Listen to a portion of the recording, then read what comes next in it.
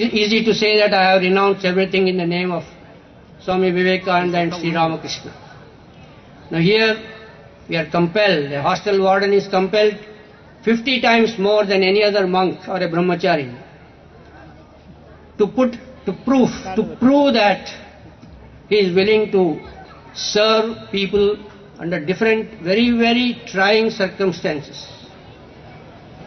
Then monastics who might have felt a hostel life difficult, even after say 5 years, 10 years, 15 years, later on we have found them reminiscing, remembering the hostel management days with great depth of feeling, especially when former hostel students come and meet the ex-warden and express their regards, express their gratitude. Oh Maharaj, you have done so much for us, you sacrificed so much for our future, etc., etc. Life, when I was in Calcutta at the headquarters, I remember an elderly gentleman, almost 85. He had retired from a very high government post he was holding. But he was a student of one of our schools in today's Jharkhand, Devghar. Devghar, we have a very well-known school and a hostel. He studied then in the early days. He had come to meet the then president of the Ramakrishna mission.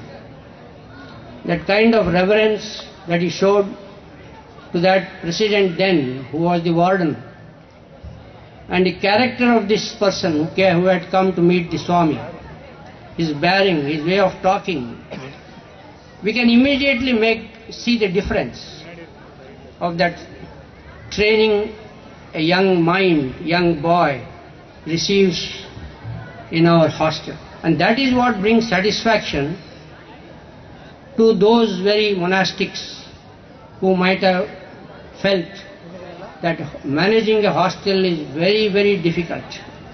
It happens, some are capable, some are not capable. But those who do sacrifice their life and time, they get the benefit of a mind that is able to understand the pains of society, the pains and anguishes and hopes of the parents, with a very balanced mind, all so that the society rises once more. The Indian society gets well established with people who have got very high ideals and disciplines in life, imbibed from the teachings of Swami Vivekananda and Sri Ramakrishna. So that responsibility, that satisfaction is there. So the parents ultimately will naturally feel happy that the Ramakrishna mission is running this kind of institutions despite several problems. The parents might not be aware of the internal problems, the mental problems of the monastics running it. The students don't understand the anguish and hopes of their parents, nor do the disciplines or the wardens. The warden stands somewhere in the middle of an intense tug of war, as I said. But ultimately our satisfaction will be when we are able to contribute a little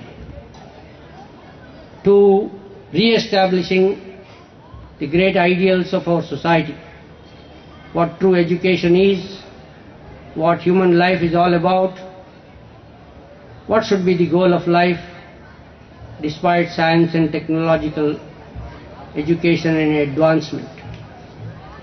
So Sri Ramakrishna has his own way of training people.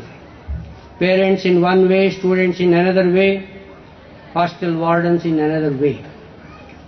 Ultimately, the intention or the result should be, and it's in several cases it is, that we feel spiritually benefited.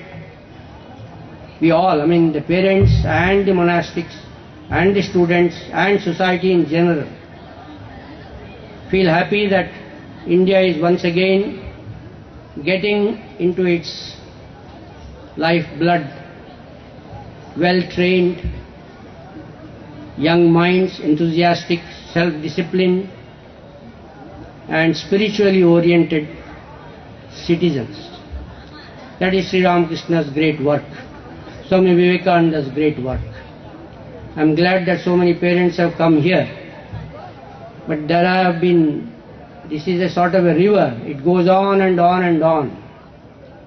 And my only request as I conclude is both to the students who are likely to, who are just about to pass through this institution, hostel, and the parents who have been associated with this hostel.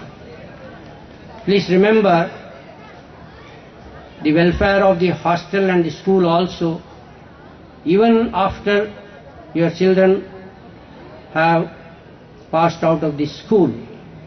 Wherever possible, whenever possible, help these institutions run by the Ramakrishna Mutt and Mission so that we may be able to provide better service, better environment to young